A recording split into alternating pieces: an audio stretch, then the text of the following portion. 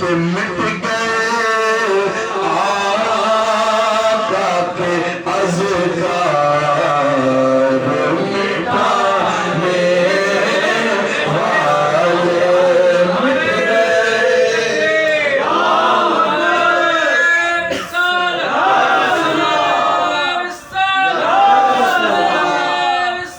یا رسول اللہ کس قدر قول یہ سچا ہے رضا کا سائن کہ مٹ گئے آقا کے اذکار مٹانے والے مٹ گئے آقا کے اذکار مٹانے والے ہیں تیرے چاند پہ قربان زمانے والے پہ یہ ہیں تیرے چاند پہ قربان زمانے والے دودھ پاک صرف دو اشعار نعت کے صلی اللہ علیہ رسول اللہ وسلم علیک یا حبیب اللہ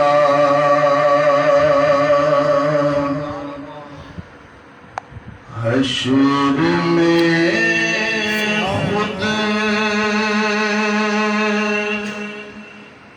کو جو دیکھوں گا بکھر جاؤں گا حشر میں خود کو جو دیکھوں گا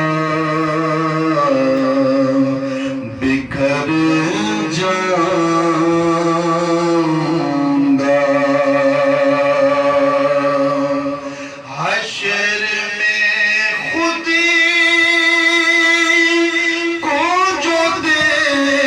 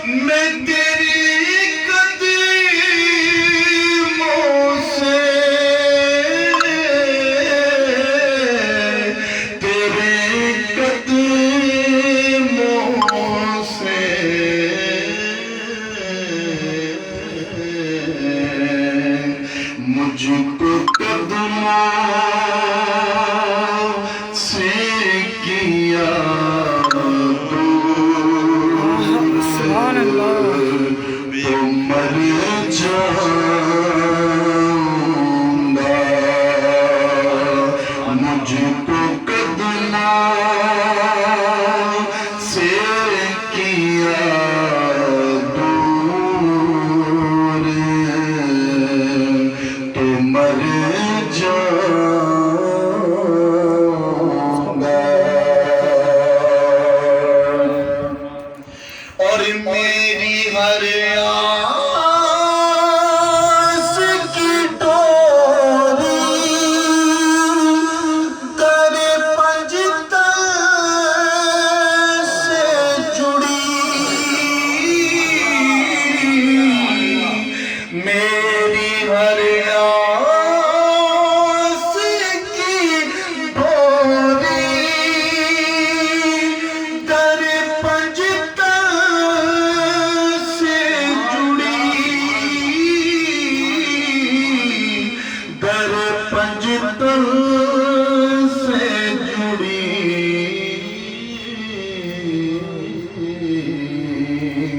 ارے بے خطر ہو کہ لحد میں اتر جاؤں گا بے خطر ہو کہ لحد میں اتر جاؤں گا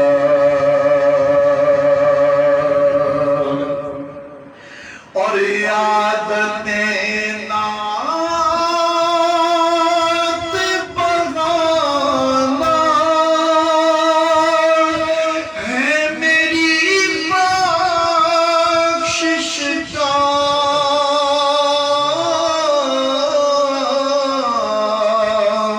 عادتیں نعت بہانا ہے میری بخشش کا میری بخشش کا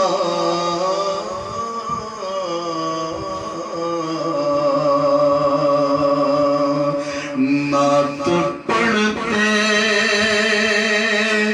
ہوئے میں پل سے گزر جاؤں گا نعت پڑھتے ہوئے میں پل سے گزر جاؤں گا مجھ کو قدموں سے کیا دور تو مر جاؤں سبحان اللہ سبحان اللہ ماشاء اللہ بہت چمک سب پانے والے پڑھیے چمک تجھ سے پاتے ہیں سب پانے والے چمک تجھ سے پاتے ہیں سب پانے والے چمک تجھ سے پاتے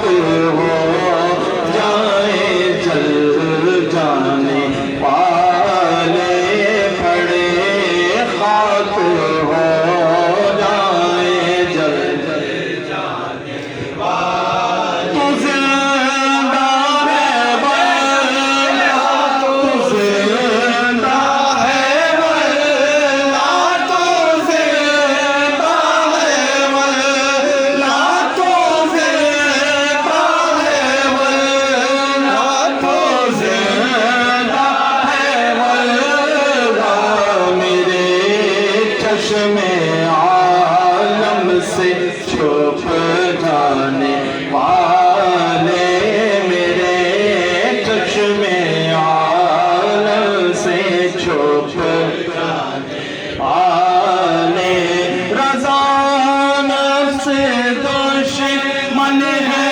دم میں رضا نفس دشمن ہے دم میں کہاں تم نے دیکھے ہیں چند دانے والے کہاں تم نے دیکھے ہیں چند دانے والے میرا دل بھی چمکا دے چمکانے والے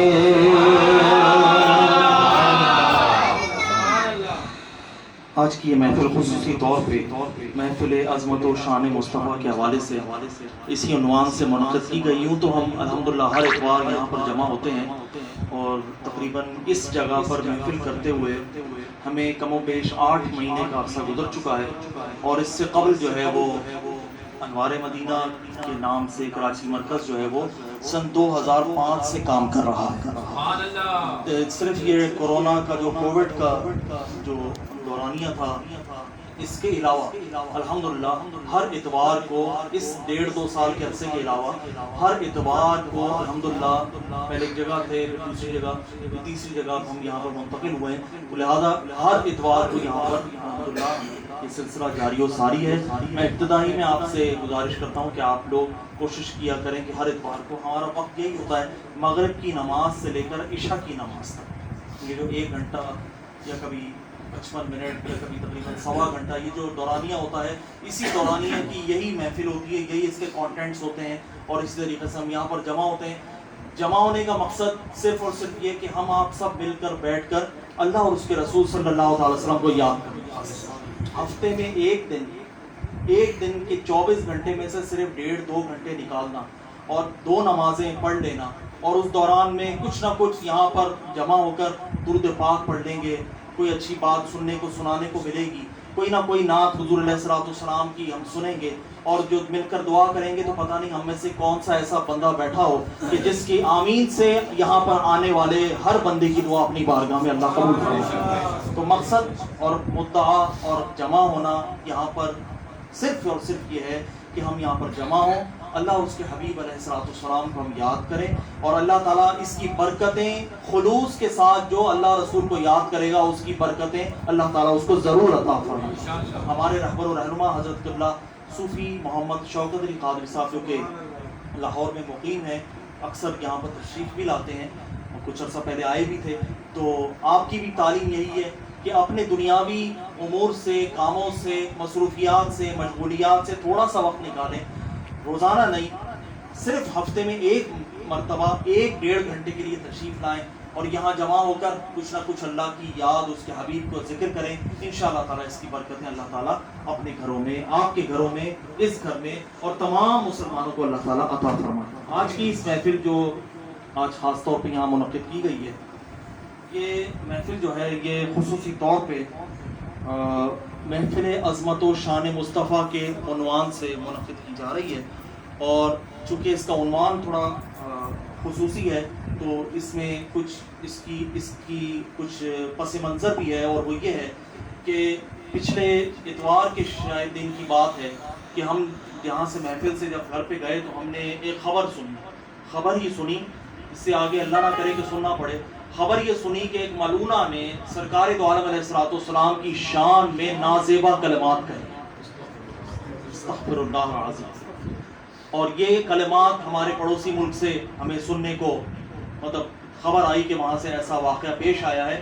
اور نہ صرف اس نے ہمارے آقا و مولا جان کائنات سید العالمین حضرت محمد مصطفیٰ صلی اللہ تعالی وسلم کی شان میں، بلکہ ام المومنین حضرت عائشہ الصدیقہ رضی اللہ تعالیٰ عنہا کی شان میں بھی اس نے کچھ بکا.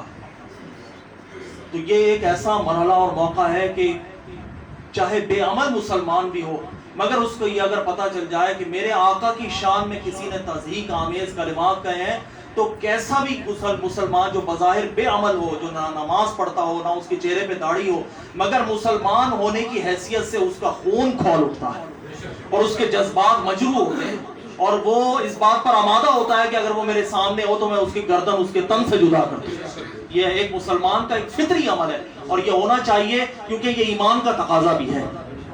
تو ہم نے یہ بات سوچی کہ بھئی چونکہ اب وہ جتنی ہماری استعداد ہے، جتنی ہماری قوت ہے، اس کا مقابلہ کرنے کے لیے، اس سے پہلے میں ایک بات یہ بتانا چاہوں جو ابھی میں نے شروع میں بھی یہ بات کہی کہ اکثر اوقات ہمارے مسلمان سادہ لوگ، مسلمان معصوم لوگ جو بیچارے فیس بک اور سوشل میڈیا یوز کرتے ہیں، وہ کیا کرتے ہیں کہ وہ اس طرح کی چیزوں کو شیئر کرنا شروع کر دیتے ہیں، جو گستاخی، جس پہ جو آمیزش کلمات ہوں، اس طرح کی ویڈیوز اور کلپس ہوں، ان کو آگے بڑھانا شروع کر دیتے ہیں. تو کہنے کی بات اور بتانے کی بات یہ ہے کہ اس طرح کی باتوں سے اور اس طرح کے کام سے دور رہا کریں.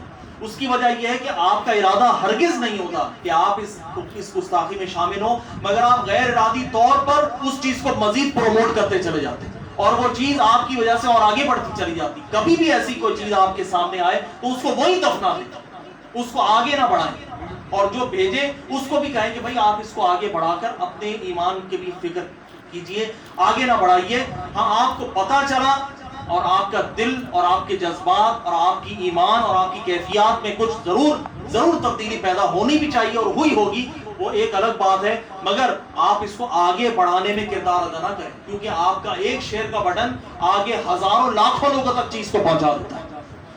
ہاں اس کے جواب میں کیا کرنا چاہیے؟ اس کے جواب میں کرنا یہ چاہیے کہ ہمیں اپنے دل میں مزید عشق رسول کو اجاگر کرنا چاہیے، جو کہ ہم اس وقت کر رہے ہیں. ہمیں چاہیے کہ ہم اگر درود حضور کی ذات پر کم پڑھتے تھے تو اب ہمیں اس میں بڑھوتری اور اضافہ کر لینا چاہیے. اگر ہم حضور علیہ الصلوۃ والسلام کی سنتوں پر عمل نہیں کر رہے تھے تو ہمیں اپنے ایمان کو مزید طاقتور کرنا چاہیے، اور طاقتور کرتے ہوئے حضور کی سنتوں پر، حضور کی سیرت پر، حضور کے تعلیمات پر مزید عمل درآمد کرنے کے لیے اپنے آپ کو آمادہ کر لینا چاہیے. تو ہم جو یہاں جمع ہوئے ہیں، ہمارے جمع ہونے کا مقصد یہ ہے کہ ہم کچھ حضور علیہ الصلوۃ والسلام کی محبت کی باتیں کچھ سنیں گے، اور پھر آخر میں جو سرکار دو عالم علیہ الصلوۃ والسلام کی جو شخص گستاخی کرتا ہے، جو حضور کی شان میں اپنی زبان کھولتا ہے، یعنی نازیبا کلمات ادا کرتا ہے، اس کا حشر اللہ تعالیٰ کیا فرماتا ہے، اس کے بارے میں چند باتیں قرآن و حدیث سے آپ کے سامنے رکھیں گے. اللہ تعالیٰ سے دعا ہے کہ اللہ کریم ہماری اس کوشش کو اپنی بارگاہ میں منظور و مقبول فرمائے. جتنی ہماری استعداد ہے، جتنی ہماری کیپیسٹی ہے، جتنی ہمیں اللہ نے طاقت اور توفیق دی ہے، اتنا ہمیں عمل کرنا ضروری.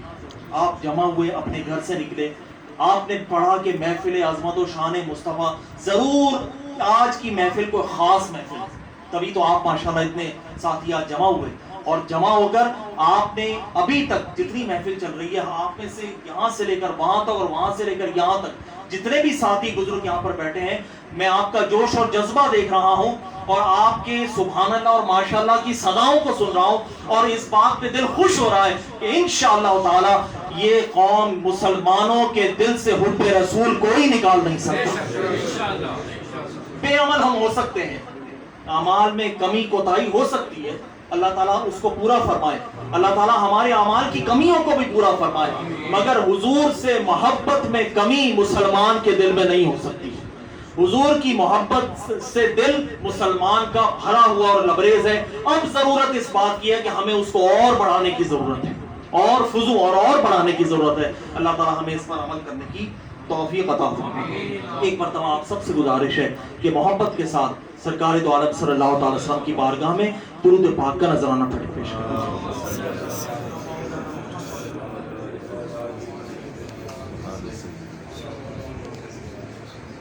بسم اللہ الرحمن الرحیم وما ارسلناک الا رحمۃ للعالمین.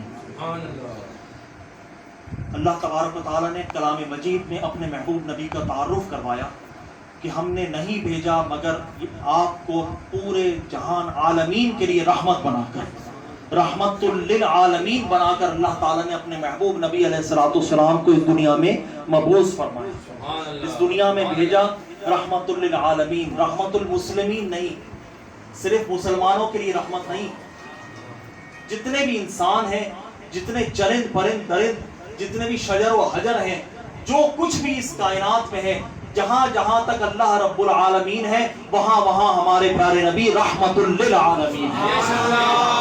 یعنی جس شے کو خالق کائنات نے پیدا فرمایا ہے، وہ کچھ بھی ہے، وہ کیسی بھی مخلوق ہے، اس تک ہمارے پیارے نبی علیہ الصلوۃ والسلام کی رحمت اس کو لپیٹ میں، اس کو گھیرے میں لیے ہوئے ہیں. یہی وجہ ہے کہ جب نبی کریم علیہ الصلوۃ والسلام طائف تشریف لے گئے تبلیغ دین کے لیے، تو وہاں پر ایک مشہور واقعہ پیش آیا کہ ہمارے پیارے نبی کو وہاں کے چند اوباش نوجوان لڑکوں نے پتھر مارے اور ہمارے پیارے نبی صلی اللہ علیہ وسلم کا جسم لہو لہان ہو گیا، حتیٰ کہ آپ کا جوتا مبارک آپ کے خون پاک سے بھر گیا.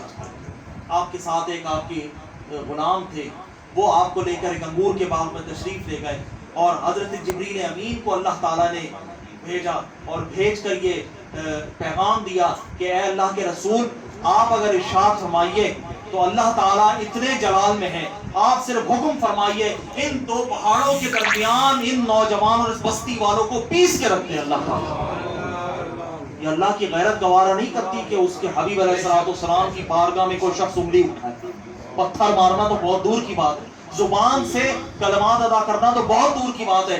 اللہ تعالیٰ اس بات کو گوارا نہیں فرماتا کہ اس کے حبیب کی بے توقیری اور بے عزتی کی جائے. یہ اللہ تعالیٰ کی غیرت سے یہ بات بڑا ہے. اللہ تعالیٰ نے اپنے فرشتے کو بھیجا کہ آپ صرف حکم فرمائیں، ان دو پہاڑوں کے درمیان اس بستی کو تباہ کر دیا جائے. اگر میرے پیارے نبی صلی اللہ تعالی وسلم نے کیا ارشاد فرمایا، وہ رحمت للعالمین ہے، وہ رب العالمین ہے، اس کی صفات جبار اور قہار ہے. وہ اپنے بندوں پر رحمان اور رحیم بھی ہے، جبار و قہار بھی ہے. مگر ہمارے پیارے نبی رحمت للعالمین ہے. جبریل امین آئے، عرض کی یا رسول اللہ، اللہ نے یہ پیغام بھیجا ہے. سرکار دو عالم علیہ السلام نے ارشاد فرمایا کہ نہیں، مجھے امید ہے کہ یہ تو نہیں مگر ان کی اولادوں میں ایسے لوگ پیدا ہوں گے جو میرے دین کی نصرت کریں گے، ان کی سربلندی کے لیے کام کریں گے. یہ رحمت اللہ، میں صدقے جاؤں ان کی رحمت للعالمین کے، میں صدقے جاؤں ان کی رحمت للعالمین کے. پکارو چاہے جتنی بار وہ ہر بار سنتے ہیں. یہ ہمارے پیارے نبی کی شان ہے، یہ اس کی رحمت للعالمین ہے. سرکار دو عالم علیہ السلام اپنے غلاموں پر، اپنے امتیوں پر نہ صرف نہیں بلکہ جتنی مخلوقات ہیں اللہ کے حبیب صلی اللہ علیہ وسلم سب پر نرم ہے. آپ کے دل میں شفقت ہے، آپ کے دل میں محبت ہے، آپ کے دل میں سمپتھی ہے، آپ کے دل میں مسلمان نہیں ہر مخلوق کے لیے اللہ تعالیٰ نے اپنے محبوب نبی علیہ الصلوۃ والسلام کے دل میں نرمی عطا فرمائی ہے. نبی کریم علیہ الصلوۃ والسلام کے ایک صحابی بھی ہیں، چچا بھی ہیں، ان کا نام ہے حضرت عباس بن عبد المطلب رضی اللہ تعالیٰ عنہ. جنگ بدر تک مسلمان نہیں ہوئے تھے، جنگ بدر کے بعد یہ مسلمان ہوئے. تو جنگ بدر میں یہ کفار کے لشکر میں آئے اور کفار کے لشکر میں یہ مسلمانوں سے لڑنے کے لیے آئے. تو جب مسلمانوں کو فتح نصیب ہو گئی تو قیدی گرفتار ہوئے. تو ان قیدیوں میں عباس بن عبد المطلب رضی اللہ تعالیٰ عنہ بھی تھے. اس وقت تک ایمان نہیں لائے. تو جب رات ہو گئی اور مسلمانوں نے ان کافر قیدیوں کو جکڑ لیا رسیوں سے مضبوط، اور وہ خیمہ جو تھا جس میں قیدیوں کو رکھا گیا وہ سرکار دو عالم علیہ السلام کے خیمے کے بالکل ساتھ. تو جب رات تھی، رات کا وقت تھا، سب سو رہے تھے، تو ان قیدیوں میں حضرت عباس بن عبد المطلب بھی تھے، یہ حضور کے چچا ہیں، بعد میں مسلمان ہوئے. تو ان کے کراہنے، کیونکہ رسیاں بڑی مضبوطی سے ٹائٹ باندھی ہوئی، تو عباس بن عبد المطلب رضی اللہ عنہ کے کراہنے کی آوازیں سرکار دو عالم علیہ السلام کے کانوں تک آئیں. چونکہ حضور کے چچا ہیں تو سرکار دو عالم علیہ السلام نے اپنا سر انور اپنے خیمے سے باہر نکالا. باہر جو صحابہ کھڑے تھے انہوں نے فوراً متوجہ ہوئے، حضور ارشاد فرمائی. آقا علیہ السلام نے ارشاد فرمایا کہ مجھے میرے چچا کی آواز آ رہی ہے، ان کی رسیاں کو ڈھیلی کر۔ وہ صحابی فوراً گئے، انہوں نے حضور کے چچا عباس بن عبد المطلب کی رسیاں ڈھیلی کر دی۔ تھوڑی دیر میں آواز آنا بند ہو گئی تو آقا علیہ الصلوۃ والسلام کے دل میں، چونکہ میں نے آپ کو بتایا نا نرمی ہے، تو جب اپنے چچا کے ساتھ نرمی تو دیگر جتنے قیدی تھے، حالانکہ وہ کفار تھے، مسلمانوں کے جان کے درپے تھے، اللہ رسول کے دشمن تھے، تو آپ نے پھر اپنا سر انور باہر نکالا اور صحابہ جو باہر کھڑے تھے ان سے کہا کہ ایسا کرو کہ اب جتنے کفار ہیں ان سب کی رسیوں کو بھی ڈھیلی کر دو، کیونکہ تم نے میرے چچا کی رسی کو ڈھیلی کیا ہے، ان کو تھوڑا آرام ملا ہے، تو جتنے اور قیدی ہیں ان کی بھی رسیوں کو ڈھیلی کر دو۔ یہ ایک مظہر ہے، یہ ایک مظاہرہ ہے آقا دو عالم علیہ الصلوۃ والسلام کے دل کی نرمی کا۔ یہ چاہیے تھا کہ یہ تو حضور کے جانی دشمن تھے، یہ وہ لوگ تھے کفار مکہ جنہوں نے 13 سال تک حضور کی مکی زندگی میں حضور کو صرف ستایا تھا، اور آقا علیہ السلام نے ارشاد فرمایا کہ جتنی اللہ کی راہ میں میں ستایا گیا ہوں اتنا کسی بھی اور نبی کو نہیں ستایا گیا۔ آپ 13 سال کی زندگی دیکھیے، اور وہاں دوسرے انبیاء جن کی 900 سال زندگی تھی، حضرت نوح علیہ السلام کی 950 سال زندگی تھی، انہوں نے تبلیغ میں کتنا وقت گزارا ہوگا اور کتنی صعوبتیں مشکلیں برداشت کی ہوں گی، مگر ہمارے آقا نے فرمایا جتنا میں 13 سال کا جو عرصہ تھا، جو 40 سال سے لے کر 53 سال کی حضور کی عمر پاک تھی جب آپ نے ہجرت کی، اس 13 سال کے عرصے میں جتنا میں ستایا گیا ہوں اتنا اللہ کا کوئی اور نبی نہیں ستایا گیا۔ ہونا یہ چاہیے تھا کہ حضور کے دل میں بدلے کے جذبات ہوتے، حضور کہتے رسیاں اور مضبوط کر کے باندھو، ان کو اور تکلیف دو، مگر ہمارے آقا و مولا رحمت للعالمین وہ صرف مسلمانوں پہ رحیم نہیں ہے، وہ ہر مخلوق پر رحمت للعالمین کی گھیرے ہوئے ہیں۔ تو اللہ تعالیٰ نے اپنے محبوب نبی علیہ السلام کو جانوروں پہ حضور کی شفقت، حضور علیہ السلام تشریف لے جا رہے ہیں، ایک یہودی ہے، اس کے پاس ایک ہرنی ہے، ہرنی کو اس نے قابو کیا، وہ جنگل سے پکڑ کر لا رہا ہے۔ ہرنی سرکار دو عالم علیہ السلام کو دیکھتی ہے تو اس کو پتہ چل جاتا ہے کہ یہ کائنات کے تاجدار اللہ کے پیارے نبی اور آخری رسول ہیں۔ وہ کسی طریقے سے یہودی سے چھڑا کر حضور کی بارگاہ میں آنا چاہتی ہے۔ جب سرکار دو عالم علیہ السلام یہ منظر دیکھتے ہیں، اس یہودی کو بلا کر کہتے ہیں کہ تم اس کو پکڑ کر لائے ہو، تو وہ کہتے ہیں جی، کہہ رہے اس کو میرے پاس آنے دو۔ وہ یہودی، وہ ہرنی حضور کے پاس آتی ہے اور اپنی زبان میں عرض کرتی ہے کہ یا رسول اللہ، آپ تو اللہ کے حبیب ہیں، اگر آپ اپنی ضمانت اس یہودی کو دے دیں تو میں جنگل میں جا کر اپنے شیر خوار بچوں کو دودھ پلانا چاہتا ہوں، میرے تھنوں میں دودھ ہے جس سے مجھے تکلیف ہو رہی ہے، میں اپنے بچوں کو دودھ، اگر آپ ضمانت دے دیں تو میں گواہی دے، اور میں یہ وعدہ کرتی ہوں اگر آپ ضمانت دیں، اس یہودی کو اپنی ضمانت دے دیں تو میں جنگل میں جاؤں گی، بچوں کو دودھ پلا کر واپس یہاں پر آ جاؤں گی۔ یہ کون کہہ رہا ہے؟ یہ کون کہہ رہا ہے؟ یہ ہرنی کہہ رہی ہے۔ ہرنی کس زبان میں کہہ رہی ہے؟ اپنی زبان میں کہہ رہی ہے۔ ہمارے آقا و مولا صلی اللہ علیہ وسلم جانوروں کی بھی زبان جانتے ہیں، اور آپ نے پھر کیا کیا؟ آپ نے اس یہودی کو کہا کہ اے یہودی، اس ہرنی کی ضمانت، میں اللہ کا حبیب، اللہ کے رسول میں ہوں، میں محمد صلی اللہ علیہ وسلم اس کی ضمانت دیتا ہوں کہ یہ جنگل میں جائے گی، اپنے بچوں کو دودھ پلائے گی اور واپس تیرے پاس آ جائے گی، کیونکہ تو نے اس کو پکڑا ہے، بات کیا۔ وہ یہودی یہ دیکھ کر حیران رہ جاتا ہے کہ جانور اور یہ انسان، اور یہ ان کو اپنی بات سمجھا رہی ہے، اور فریاد رسی جانور کی انسان کر رہا ہے، تو وہ ایک دم ششدر اور حیران رہ جاتا ہے، اور وہ آگے بڑھتا ہے اور آگے بڑھ کر کہتا ہے کہ آپ یقیناً اللہ کے سچے اور آخری رسول ہیں، میں آپ کے دست اقدس پر کلمہ پڑھ کر مسلمان ہونا چاہتا ہوں۔ تو وہ یہودی اللہ کے حبیب علیہ السلام کے دست اقدس پر مسلمان ہو جاتا ہے۔ حضور علیہ السلام تشریف لے جا رہے ہیں، آقا علیہ السلام کے سر انور پر ایک چڑیا ہوتی ہے، وہ گھومنے لگ جاتی ہے۔ یہ صرف اس بتانے کا مقصد یہ ہے کہ ہمارے آقا و مولا صلی اللہ علیہ وسلم تو جانوروں سے بھی محبت فرماتے ہیں۔ جو لوگ آج گستاخی کر رہے ہیں، جو کفار یہ سمجھ رہے ہیں کہ وہ اس گستاخی کو کر کے مسلمانوں کے دل کو ٹھیس پہنچائیں گے، بے شک وہ ٹھیس تو پہنچا رہے ہیں، مسلمانوں کو ٹیسٹ کر رہے ہیں کہ مسلمانوں کے اندر کتنا ایمان موجود ہے۔ ہمارا ایمان الحمدللہ اللہ کی رحمت سے اللہ تعالیٰ اور بلند اور مضبوط فرمائے انشاءاللہ تعالیٰ۔ ہمارے پیارے نبی صلی اللہ علیہ وسلم تشریف لے جا رہے ہیں، چڑیا سر پر منڈلا رہی ہے اور اپنی زبان میں کچھ شکوہ اور شکایت کر رہی ہے۔ کائنات کے تاجدار میرے اور آپ کے پیارے آقا اپنے صحابہ اور لوگ جو موجود ہوتے ہیں ان سے کہتے ہیں، کس نے اس کہ گھونسلے پر ہاتھ ڈال کر اس کے بچوں، اس کے جو ہے وہ اس کے انڈوں کو اور اس کے بچوں کو تکلیف پہنچائی. تو ایک شخص آگے بڑھتا ہے، وہ کہتا ہے یا رسول اللہ یہ غلطی مجھ سے ہو گئی ہے. آپ فرماتے ہیں کہ یہ چڑیا جو میرے سر پر گھوم رہی ہے یہ اپنی زبان میں مجھ سے یہ کہہ رہی ہے کہ مجھے تکلیف پہنچائی گئی ہے، میرے بچوں کو تکلیف پہنچائی، میرے گھونسلے میں ہاتھ ڈالا گیا ہے، لہٰذا آپ سے میں فریاد، آپ سے داد رسی چاہتی ہوں، آپ سے فریاد رسی چاہتی ہوں، آپ کی بارگاہ میں فریاد کرتی ہوں کہ آپ اس میری تکلیف کو رفع کیجئے اور جو بچے مجھ سے دور کر دیے گئے ہیں وہ واپس میرے گھونسلے میں اللہ کے حبیب علیہ السلام اس پر حکم ارشاد فرماتے ہیں جس شخص نے یہ کام کیا ہوتا ہے اس شخص سے واپس اس کے گھونسلے میں اس کے انڈوں کو اور بچوں کو پہنچایا جاتا ہے، حتیٰ کہ وہ چڑیا اطمینان کے ساتھ اپنے گھونسلے میں چلی جاتی ہے. ہمارے آقا مولا علیہ الصلوۃ والسلام رحمت للعالمین، یہ حضور کی شان اور عظمت ہے کہ اللہ نے اپنے حبیب علیہ الصلوۃ والسلام کو یہ برکتیں عطا فرمائی ہے. سرکار دو عالم علیہ الصلوۃ والسلام کی بچوں کے ساتھ نرمی دیکھیے. آقا علیہ السلام گلی سے اپنے گھر سے نکلے ہیں، باہر بچے کھیل رہے ہیں، کائنات کے تاجدار بچوں کو سلام کرنے میں پہل فرمایا کرتے ہیں. ہمارا کیا طریقہ ہے؟ ہم امید اور ہم اپنے گھر کے بھی بچوں سے بلکہ ان کو مارنا شروع کر دیتے ہیں اگر بچہ سلام نہ کرے. تمہیں تمیز نہیں، تم بڑوں کی ادب نہیں کرتے. او بھائی، ہمارے پیارے نبی صلی اللہ علیہ وسلم کی یہ سنت ہے کہ آپ بچوں کو سلام، راہ چلتے بچوں کو سلام کیا کرتے تھے. اور آپ کے بارے میں سیرت کی کتابوں کو اٹھا کے دیکھیے کہ حضور علیہ السلام گلی میں بیٹھے بچے جو کھیل رہے ہوتے تھے ان کے ساتھ بیٹھ کر کھیلا بھی کرتے تھے.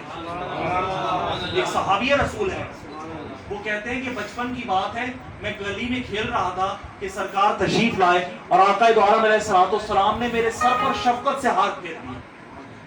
تو جس جگہ پر حضور کے ہاتھ لگے میں نے اس جگہ کے بالوں کو زندگی بھر کٹوایا نہیں ہے. ہمارے سر کے بال کٹوایا کرتے تھے مگر حضور کے جہاں پر ہاتھ دست اقدس لگا تھا اس جگہ کے بالوں کو ساری زندگی نہیں کٹوائے. وہ بڑے ہو گئے بال، اس کو باندھا کرتے تھے بالوں کو مگر اس بالوں کو کبھی کٹوایا نہیں کہ ان بالوں پہ میرے آقا مولا صلی اللہ علیہ وسلم یہ بچوں کے ساتھ، اس کے ساتھ ساتھ اپنی ازواج کے ساتھ، اپنے گھر والوں کے ساتھ نرمی کا عرب یہ ہے. ام المومنین عائشہ صدیقہ جن کی شان میں بھی اس ملعونہ نے بکواس کی، سید عائشہ صدیقہ رضی اللہ تعالیٰ عنہا کے بارے میں آتا ہے کہ آپ جس جگہ سے برتن سے پانی پیتی تھی حضور علیہ الصلوۃ والسلام اسی مقام سے اپنی زوجہ جہاں سے لب لگاتی تھی وہیں سے حضور پانی پیا کرتے تھے. اپنے غلاموں کے بارے میں حضرت انس بن مالک رضی اللہ تعالیٰ عنہ، یہ غلام، یہ بچے تھے حضور کی بارگاہ میں، ان کو اللہ نے بڑی عمر نصیب فرمائی، ان کی 100 سال سے زیادہ کی عمر ہوئی مگر یہ جب حضور کی بارگاہ میں تھے تو بچے تھے، چھوٹے تھے اور گھر کے کام کاج کیا کرتے، ازواج کے گھر میں جاتے آتے، کھانا وغیرہ جو بھی ضروریات ہوتی ان کو پہنچاتے. حضرت انس بن مالک رضی اللہ تعالیٰ عنہ آپ فرماتے ہیں کہ میں کئی سال حضور کی بارگاہ میں رہا، حضور کی خدمت میں رہا مگر کائنات کے تاجدار نے مجھ سے کبھی یہ نہیں پوچھا، یہ نہیں کہا، یہ نہیں فرمایا کہ تم نے یہ کام کیوں کیا اور تم نے یہ کام کیوں نہیں کیا. غلام ہوگا، سرونٹ ہوگا، گھر کا کام کرنے والی یا کام کرنے والا ہوگا، ہم اس کی ہر وقت جو ہے سردنش کرتے ہیں کہ بھائی کیوں نہیں کیا. کوئی سبارڈینیٹ ہوگا، آپ کا ماتحت ہوگا، چھوڑتے نہیں اس کی غلطی پر اس کو. مگر ہمارے آقا مولا علیہ الصلوۃ والسلام کی شان یہ ہے کہ آپ اپنے غلام انس بن مالک رضی اللہ تعالیٰ عنہ صحابی رسول ہیں، آپ فرماتے ہیں کہ مجھ سے حضور نے کبھی مجھے ڈانٹا نہیں، کبھی مجھ سے یہ نہیں پوچھا کہ تم نے یہ کام کیوں کیا اور تم نے یہ کام کیوں نہیں کیا. ہمیشہ محبت اور شفقت سے پیش آتے ہیں. اس کے علاوہ نبی کریم علیہ الصلوۃ والسلام کے بہت سے ایسے صحابی ہیں. ایک اور حضور کی صحابت کے حوالے سے میں سرکار دو عالم علیہ الصلوۃ والسلام کی سیرت پاک کے چند گوشے اس لیے بیان کر رہا ہوں کہ اس سے ہمارے دلوں میں حضور کی محبت میں اضافہ ہوگا. جب حضور کی شان ہمارے دلوں میں آئے گی، حضور کی رحمت اور مودت اور محبت دلوں میں آئے گی تو حضور کی شان میں بھی اضافہ ہوتا چلا جائے گا. سخاوت سرکار دو عالم علیہ الصلوۃ والسلام کا حال یہ ہے کہ کہیں سے مال آیا، آقا علیہ الصلوۃ والسلام مدینہ منورہ میں ایک جب مقام پر کھڑے ہو گئے، پورے مدینہ والوں کو آپ نے مال تقسیم کیا، جو بھی مال تھا پورے مدینہ کو تقسیم کیا حتیٰ کہ مال ختم ہو. اب ایک شخص آیا اور وہ شخص تھا، وہ مسلمان تھا، وہ آ کر کہنے لگا یا رسول اللہ مجھے نہیں ملا. آپ مجھے بھی کچھ اب حضور کے پاس بظاہر مال موجود نہیں، سب بٹ چکا، تقسیم ہو چکا. کائنات کے تاجدار ہمارے پیارے آقا صلی اللہ تعالی وسلم اس شخص کو کہا کہ اے بندے، اے شخص، اے بازار میں چلا جا، مدینے کے بازار میں تجھے جو چیز چاہیے دکانداروں سے لے لے اور ان کو کہہ دے کہ یہ بطور قرض دے دے، اور ان کا قرض محمد صلی اللہ تعالی وسلم ادا فرمائے. یعنی حضور کی بارگاہ سے کسی کو لا نہیں ملا، نہیں کبھی نہیں ملا. جو حضور کی بارگاہ میں آیا اس کو اللہ تعالیٰ کے حبیب نے عطا فرمایا، بلکہ اس کی طلب سے بڑھ کر عطا فرمایا. صحابہ فرماتے ہیں کہ ہم مجلس میں بیٹھے ہوئے تھے کہ دوران مجلس یمن سے کچھ لوگ آئے، اور یمنی چادر اس دور میں بڑی خوبصورت اور دیدہ زیب ہوتی تھی اور قیمتی چادر ہوتی تھی. ایک شخص آیا یمن سے، یا کچھ لوگ آئے، انہوں نے حضور کی بارگاہ میں دوران مجلس یمنی چادر پیش کی، سیاہ رنگ کی یمنی چادر. تو آقا علیہ السلام اپنا لباس تو پہنے ہوئے تھے، آپ کو وہ یمنی چادر پسند آئی، آپ گھر کے اندر تشریف لے گئے اور باہر آئے تو صحابہ کہتے ہیں کہ سرکار دو عالم علیہ السلام نے اپنے تنے پاک پہ، اپنے جسم پاک پہ وہ یمنی چادر کو اوڑھ رکھی تھی، پہن رکھی تھی. آپ دوبارہ مجلس میں بیٹھ گئے، صحابہ کہتے ہیں کہ ہم حضور کو دیکھتے تو سرکار دو عالم علیہ السلام کا حسن پاک پہلے سے دوبارہ ہو گیا تھا. یعنی اس سیاہ رنگ کی چادر میں ہمارے پیارے حبیب اور خوبصورت اور حسین نظر آ رہے. مجلس ختم ہوئی، لوگ اپنے گھروں کو جانے لگے. ایک شخص اٹھا حضور کی بارگاہ اور کہنے لگا، یا رسول اللہ، یہ جو چادر ہے یہ آپ مجھے عطا فرما دیجیے. جو چادر حضور کو اتنی پسند آئی کہ آپ نے اسی مجلس کے دوران اٹھ کر گئے اور پہن کر باہر تشریف لائے، اور صحابہ کہتے ہیں کہ حضور کا حسن نکھر رہا. تصور کریں نا، سرکار دو عالم علیہ السلام، کیا اللہ کے حبیب. آج ہمارا کوئی محبوب ہوتا ہم اس کو دیکھتے ہیں ٹکٹکی باندھ کر، مگر کوئی اللہ کا حبیب ہے، وہ کائنات کے جانے کائنات ہے، اور وہ سیاہ رنگ کی چادر، سفید رنگ ہے آقا علیہ السلام کا، اور اس کے بعد سیاہ رنگ کی کوئی چادر پہن کر آقا علیہ السلام تشریف لائے. صحابہ جو حضور کے دیدار کو مشتاق رہتے تھے، جو ہر وقت حضور کی دیدار سے لذتیں حاصل کرتے تھے، ان کی عالم کیا ہوگا. قربان جائیں ان کی آنکھوں پہ کہ جنہوں نے حضور کو اپنی ظاہری آنکھوں سے جنہوں نے دیکھا. وہ کتنے عظیم لوگ تھے، وہ کتنے خوش قسمت لوگ تھے، کتنے نصیب والے تھے کہ جنہوں نے اپنی آنکھوں سے حضور کا دیدار کیا. تو حضور کی بارگاہ میں کھڑا ہوا، کہنے لگا، یا رسول اللہ، یہ چادر مجھے عطا فرما. حضور پھر اٹھ کر گھر تشریف لے گئے اپنے حجرہ پاک میں، اور باہر تشریف لائے اور اس شخص کو چادر عطا فرما. صحابہ کرام باہر نکل گئے، برخاست ہو گئی محفل. اب جب باہر نکل گئے تو دوسرے صحابہ نے مجھ سے کہا کہ تم کیسے اتنا خوبصورت چادر یمن سے آئی، حضور نے فوراً پہن لی، اس کا مطلب حضور کو پسند آئی، اور تم نے فوراً مانگے. اور حضور تو لا کہتے ہی نہیں ہے، حضور کی بارگاہ میں تو لا کا لفظ ہے ہی نہیں، نہیں ہے ہی نہیں، اور تو نے مانگ لی اور انہوں نے عطا بھی فرما دی. تو اس شخص نے کہا کہ تم بھی ٹھیک کہتے ہو، اصل میں میرا مقصد یہ تھا کہ چونکہ یہ چادر حضور کی جسم اثر سے مس ہو گئی ہے، حضور نے اوڑھ رکھا تھا نا، حضور کی جسم اثر سے یہ چادر چونکہ مس ہو گئی ہے، لہٰذا میں جب مروں گا تو اپنی اولاد کو وصیت کر کے مروں گا کہ مجھے کفن اسی چادر میں دیا جائے. مجھے اللہ کی رحمت سے امید ہے کہ شاید میں بخشا نہ جاؤں، مگر اس چادر کی برکت سے اللہ تعالیٰ میرے گناہوں کو معاف فرما دے گا. یہ ہمارے صحابہ کا عقیدہ ہے، یہ ہمارے پیارے نبی علیہ السلام کے صحابہ کا عقیدہ ہے کہ انہوں نے اپنے حبیب علیہ السلام کی جسم اثر سے مس ہونے والی چادر کو اپنا کفن بنایا.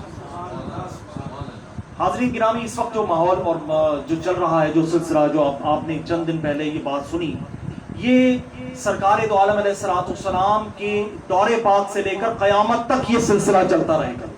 یہ جو گستاخی اور مسلمانوں کو طرح طرح سے ٹارچر کرنے کا، مینٹلی ٹارچر کرنے کا، ان کے جذبات سے کھیلنے کا، اور کسی طریقے سے مسلمانوں کو اس پر اشتعال انگیز طریقے سے مسلمانوں کو مشتعل کرنے کا یہ سلسلہ ابد یعنی حضور کے دور سے چل رہا ہے کفار کا، اور یہ ازل تک چلتا ہی چلتا رہے گا. یہ طریقہ یہ ان کا ختم نہیں ہوگا. ہمارے اوپر یہ ہے کہ ہم حضور علیہ السلام سے محبت اور الفت اور حضور کی عشق میں ہم کیا کریں.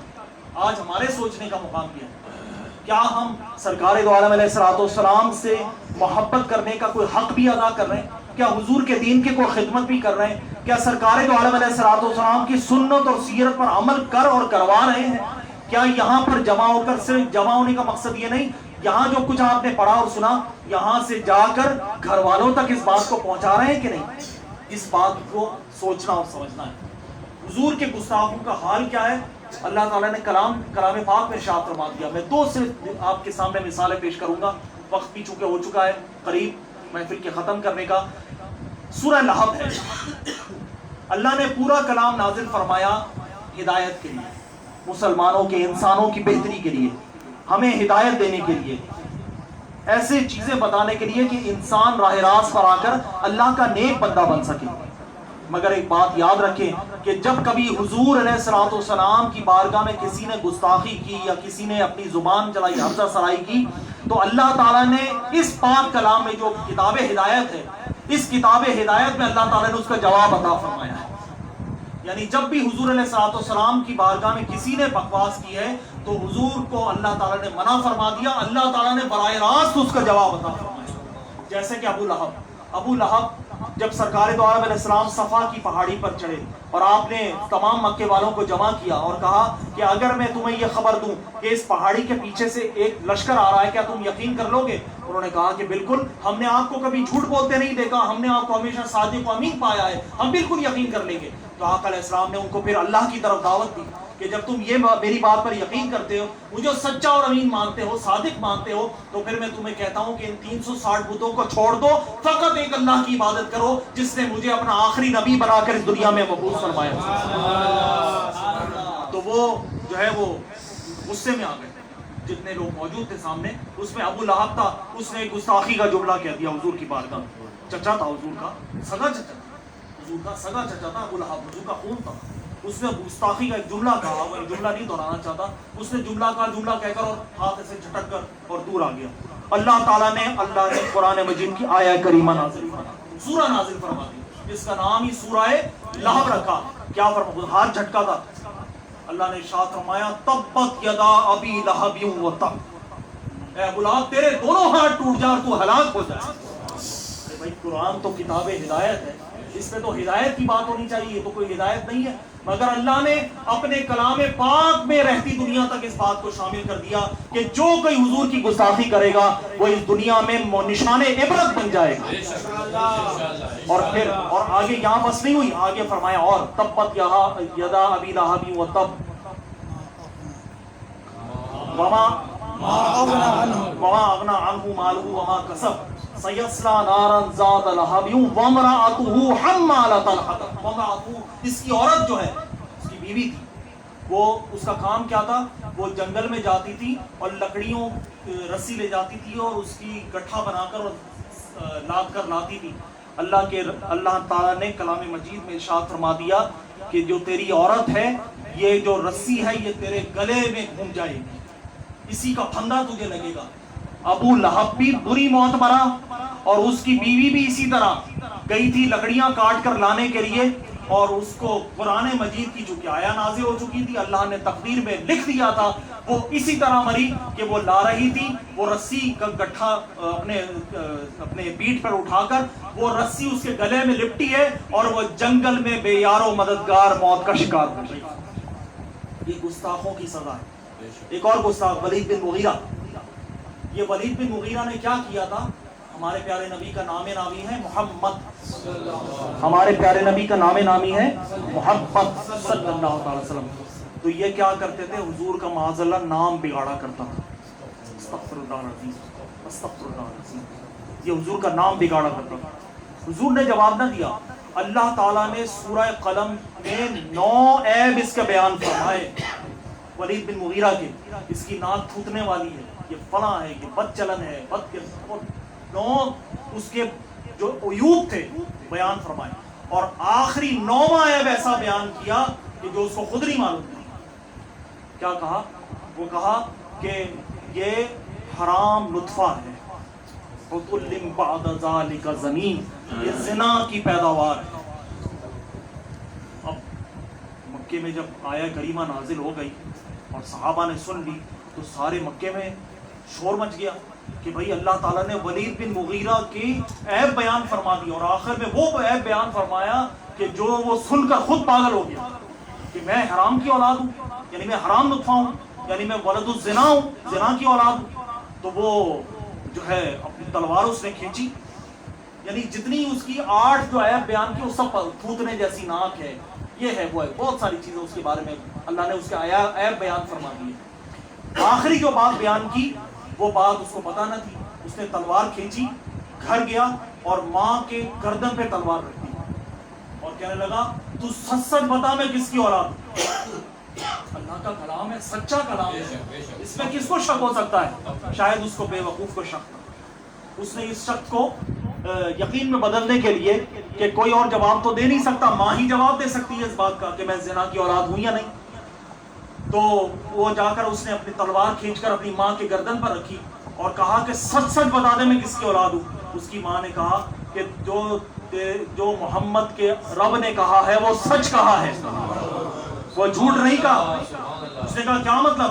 اس نے کہا مطلب یہ ہے کہ تیرا جو یہ میرا شوہر ہے یہ کسی کام کا نہیں تھا، تو ایک چرواہے کی اولاد ہے، تو ایک چرواہے کی اولاد ہے، اس کے ساتھ بدکاری اور تو بدکاری کی اولاد ہے. اور پھر کیا ہوا کہ وہ کسی کو منہ دکھانے کے قابل نہیں رہا. ولید بن مغیرہ جو حضور کی نام بگاڑا کرتا تھا، اللہ تعالیٰ نے اس پاکیزہ کلام میں اس کے عیبوں کو بیان فرما دیا اور آخر میں وہ بات بیان کر دی جو اس کو خود بھی معلوم نہ تھی. حضور کے گستاخ کی سزا یہ ہے کہ اللہ تعالیٰ اپنے پیارے نبی صلی اللہ علیہ وسلم کا جواب اللہ تعالیٰ خود عطا فرما دیتا ہے. اس کی غیرت یہ گوارا نہیں کرتی.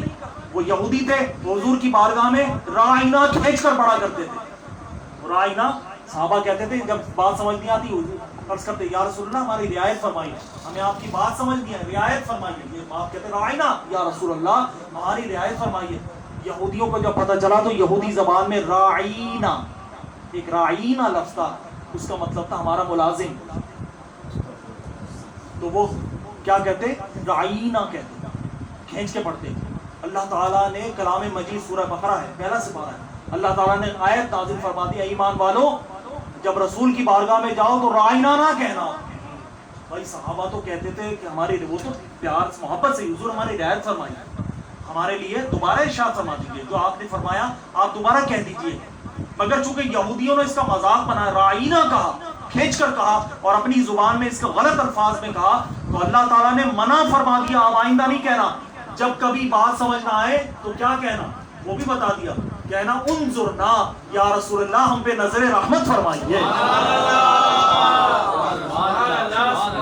یہ کون بیان فرما رہا ہے؟ حضور خود تو نہیں بیان فرما رہے، اللہ تعالیٰ اپنے حبیب کا ادب سکھا رہا ہے کہ میرے محبوب کی بارگاہ میں جاؤ تو یہ ادب کا طریقہ اختیار کرنا، ادب کا یہ طریقہ. اب نہیں کہہ رہا ہوں، اب نہیں کہنا رائنا، حالانکہ لفظ تو رعایت کرنا مناسب الفاظ، مگر چونکہ اس کی غلط طریقے سے یہودی کہتے تھے. اب جواب اب آسمانوں سے اللہ تعالیٰ نے اپنے کلام میں نازل فرما دیا. اب کہنا، اب جانا تو کہنا یا رسول اللہ انظر حالنا، سبحان اللہ، انظرنا یا رسول اللہ ہم پر نظر رحمت فرمائیے، یا رسول اللہ ہم پہ نظر کرم فرمائیے.